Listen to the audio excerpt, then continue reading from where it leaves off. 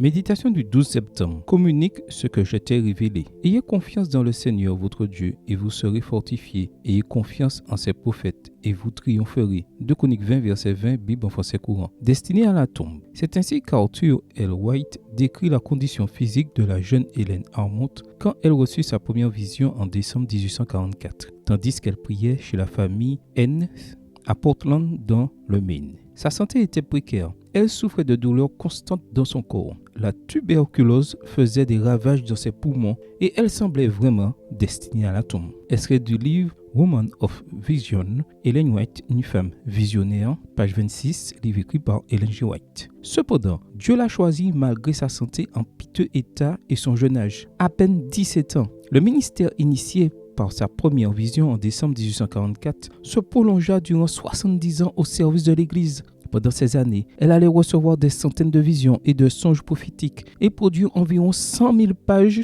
manuscrites, ce qui en fait probablement l'auteur la plus traduite au monde et l'auteur, quel que soit le sexe, le plus traduit d'Amérique du Nord. Extrait du livre De tout mon cœur, page 5.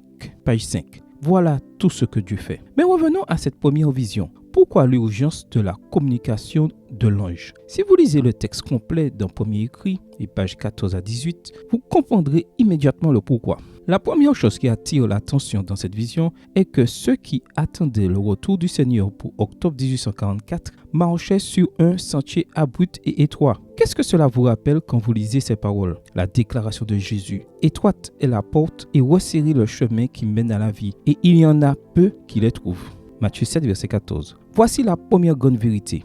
Le peuple de Dieu marche le long de sentiers étroits et ils sont peu ceux qui le suivent. La seconde chose qui attire l'attention est que, au début du sentier, il y avait une brillante lumière qui éclairait. Selon l'ange, c'était le cri de minuit. Celui-ci avait été le thème qui identifiait le mouvement qui annonçait le retour du Seigneur pour 1844. C'était là la réponse à leur prière. Même si le Christ n'était pas revenu, le cri de minuit avait été une véritable lumière. Et cette lumière éclairait le sentier dans toute sa longueur pour que ceux qui y marchaient ne trébuchent pas. Enfin, devant le groupe qui avançait sur le sentier, Jésus marchait à leur tête pour les guider. Et tant qu'ils fixaient le regard sur lui, ils étaient en sécurité. Extrait du livre Premier écrit, chapitre Expérience chrétienne et vision, page 14, écrit par Ellen G. White. Dieu soit loué. Peut-il y avoir une meilleure prescription pour ceux qui attendent le retour de Jésus? Bien que le sentier soit étroit, il y a de la lumière tout le long du chemin. Et le plus important, le plus formidable, c'est que Jésus nous précède. Gardons les yeux fixés sur lui